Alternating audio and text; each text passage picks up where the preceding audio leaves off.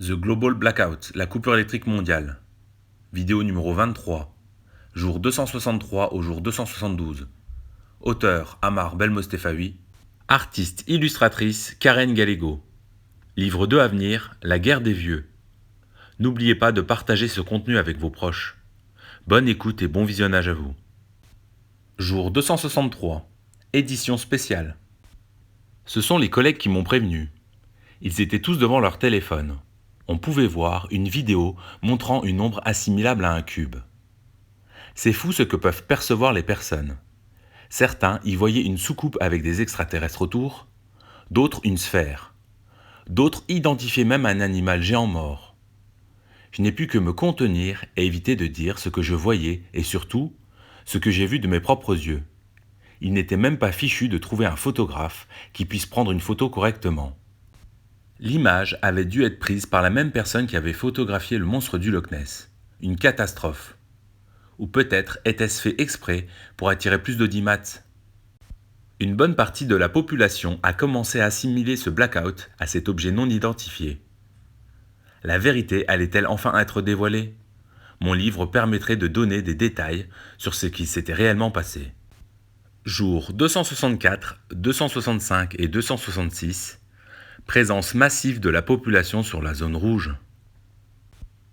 Plus les jours passaient, plus des personnes étaient présentes sur le site. Au début, ce fut la population et les journaux locaux. Ensuite, la diffusion d'informations a été nationale et internationale. Un raz-de-marée humain voulait comprendre et voir pourquoi cette zone était autant protégée. L'opération secrète qui consistait à faire exploser le cube et à ne laisser aucune trace de cette technologie humaine ou extraterrestre, comme avait essayé de le faire croire le géant, n'allait pas tarder à être engagée. On pouvait voir aux informations et sur les médias sociaux des personnes brandir des pancartes sur lesquelles était demandé au gouvernement de les laisser voir cet objet noir.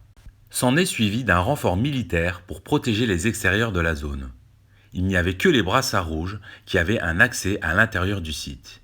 Aucun autre militaire ne pouvait accéder au cœur de la zone. Il y a eu des tentatives de pénétrer sur le site qui ont toutes avorté. Ils avaient risqué d'attaquer la zone par surprise, mais ils avaient été rapidement repoussés. Impossible de savoir s'ils avaient réussi à passer le premier barrage de militaires. Si c'était le cas, je pense que les brassards rouges n'avaient pas hésité à tirer sur ces civils.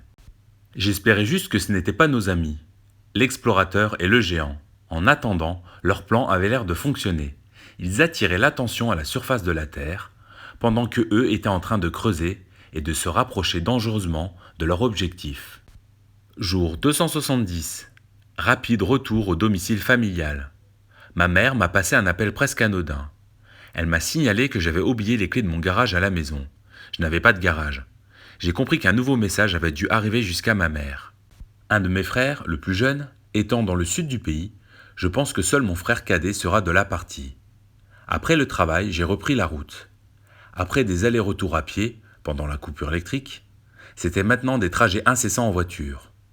Quand nous sommes arrivés chez ma mère, il y avait déjà l'explorateur ainsi que le géant. Ils nous ont expliqué leur plan pour détruire le cube 1. Le géant devait attirer l'attention en actionnant la machine à distance. L'explorateur devait provoquer une attaque massive de l'extérieur. Il était demandé à mon frère cadet et à moi d'actionner les charges explosives afin d'être sûr que la machine serait totalement réduite en cendres. Ce que nous ne comprenions pas, c'est pourquoi ne pas faire actionner les explosifs par un ou plusieurs membres de la secte. D'autre part, nous ne voulions pas entrer dans un trou creusé par des inconnus.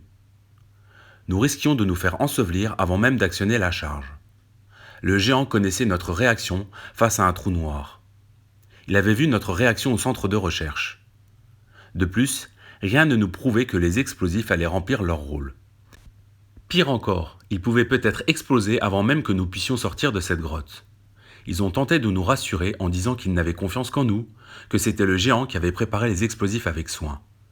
Ils nous ont avoué ne pas avoir réussi à creuser jusqu'à la machine, car certaines personnes de son équipe, ou du moins de sa secte, avaient été arrêtées et il y avait un risque de fuite concernant ce tunnel. En gros, nous avions toutes les chances de nous faire arrêter, ou même abattre, avant même d'accéder au tunnel. Si les autorités arrivaient à faire parler les fanatiques, ou s'ils prenaient ces illuminés au sérieux concernant l'existence d'un tunnel sous la zone 55, cela compromettrait le plan du géant. Au vu de la situation, ils se devaient réagir plus tôt que prévu et espérer que la machine serait entièrement détruite grâce à l'explosion. Il y avait encore environ 100 mètres à creuser avant d'atteindre la machine. Quoi qu'il arrive, ils s'étaient fixés pour objectif de déclencher leur attaque simultanément le jour 273. Il restait donc 3 jours pour se rapprocher le plus possible de la machine. Ils travaillaient maintenant nuit et jour pour rejoindre le cube 1. Ils ont prévu de venir nous chercher à un endroit précis le jour 273. Ensuite, nous devions nous organiser pour nous enfuir le plus rapidement des lieux après le déclenchement du compte à rebours. Pendant qu'ils discutaient entre eux, mon frère et moi, nous devions prendre une rapide décision. Devions-nous de nouveau mettre en péril notre vie pour la cause que défendent le géant et l'explorateur ? Nous avons tenté un coup de bluff. Nous avons donné notre accord à une seule condition. Que le géant nous dise qui a fabriqué ces machines et pourquoi avoir protégé l'espèce humaine de sa disparition. Le géant n'a rien voulu nous dire. Il a juste signalé que nous aurions une surprise, une information capitale avant tout le monde si nous participions à cette mission. Il n'a rien dévoilé de plus. Nous avons préféré convenir d'un rendez-vous dans un village voisin avec le géant. Ensuite, après notre mission, nous avions prévu de rejoindre un autre lieu, récupérer nos voitures et retourner chacun dans nos habitations respectives. Quelles étaient les chances de retrouver notre explorateur vivant après son assaut ? Quid du géant ? Même si cette attaque était pacifiste, sachant que nous ferions sauter la machine, il y a de fortes chances pour que l'aventurier se retrouve à proximité du cube lors de la déflagration. Nous espérions que l'explosion allait au moins jouer son rôle, renverser le cube 1. Nous avons prévu de nous rejoindre le jour 272 à 23h. Nous passerons à l'attaque le jour 273 à 2h du matin lors de la relève. L'assaut ne devrait pas durer plus de 10 minutes. Jour 271.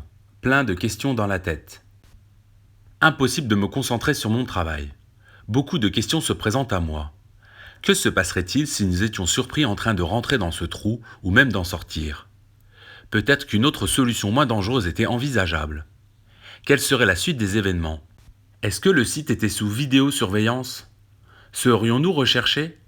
Avait-il un moyen de nous retrouver ? Existait-il d'autres machines non détruites sur le globe ? Quelle puissance avait réussi à construire ces merveilles technologiques et à connaître avant tout le monde le risque de collision avec une météorite ? Pourquoi ne pas avoir construit juste un seul cube ? Était-ce une coïncidence si nous avons été parmi les premiers à connaître l'existence de ces machines ? Est-ce que le géant allait finir par nous dire la vérité sur ces clés USB géantes et leurs origines ? Jour 272. J-1. Enfin, le dénouement. Cette machine avait sauvé la planète, mais elle avait aussi montré à quel point l'espèce humaine pouvait être violente quand les besoins primaires venaient à manquer. De plus, d'après le géant et d'après ce que nous avions pu constater, les cubes avaient des effets sur le comportement humain en démultipliant le sentiment ressenti par les personnes. Cela s'était fait remarquer au premier blackout et surtout lors du deuxième blackout, car la machine 1 fonctionnait par intermittence, elle envoyait des ondes en puisant l'énergie de la Terre pour dévier la météorite de sa trajectoire. La journée fut longue. J'avais fait tous mes préparatifs de sorte à ne pas devoir repasser chez moi. Hors de question de faire des heures supplémentaires. À 17h pile, j'ai décampé du travail sans dire au revoir. J'étais tellement dans mes pensées que je ne me suis même pas dit que c'était peut-être la dernière fois que je voyais mes collègues. Après le travail, avec mon frère, nous étions censés faire le point sur chaque fait et geste que nous devrions faire avant, pendant et après notre mission. Notre stress était à son maximum. Il y avait beaucoup de choses auxquelles nous n'étions pas préparés. Quelle réaction aurions-nous une fois dans ce trou ? La panique allait-elle s'emparer de nous ? Combien de temps nous fallait-il pour sortir de cette cavité ? Nous en saurions plus une fois sur place. Nous l'espérions. Je suis arrivé 10 minutes avant l'heure prévue. Pour une fois, mon frère était arrivé avant moi. Il paraissait plus déterminé que moi. Ensuite, nous avons marché jusqu'au point de rencontre prévu avec le géant. Lui aussi était en avance sur l'horaire prévu. Il avait un léger sourire en nous voyant arriver. Nous étions vêtus de noir afin d'être le moins repérables possible dans la nuit.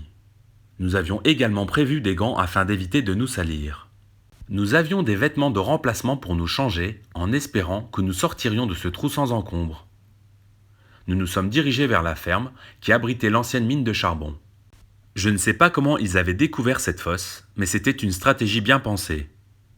Nous avons suivi le géant en cette nuit de lune noire. Nos yeux commençaient à s'habituer à la pénombre. L'explorateur nous a accueillis plein d'étreinte, faisant penser à une cérémonie. Il était temps d'allumer nos lumières frontales et de nous diriger jusqu'au cœur du trou. J'ai chronométré le temps que nous avions pris pour nous rendre jusqu'à l'extrémité du tunnel. Il fallait 5 longues minutes pour y arriver. Pour ne pas nous perdre, l'explorateur avait laissé un fil, sorte de ligne de vie, ainsi que des flèches taguées à la bombe rose fluo pour nous guider vers la sortie. Notre mission était simple, appuyer sur un minuteur qui nous laissait 10 minutes pour sortir de ce long tunnel qui se trouvait à moins de 20 mètres de la machine. Il fallait juste espérer que tout fonctionnerait comme prévu, que les explosifs fassent leur travail, que le cube soit renversé, entièrement détruit, et que personne ne soit blessé ou tué. C'est la fin de cet épisode numéro 23. Pour vous, faut-il faire confiance au Titan ? Que pensez-vous qu'il va donner comme information capitale aux deux frères ? Va-t-il tenir sa parole ? Le dernier épisode, l'épisode 24, ira du jour 273, jour J, au jour 277, le bon repas. Je profite de ce moment pour vous signaler un autre livre audio à venir, le livre 2, écrit également par mes soins. Il a pour titre « La guerre des vieux ». En attendant, merci pour le visionnage, l'écoute et le partage de ce contenu riche en informations. Je vous dis à bientôt.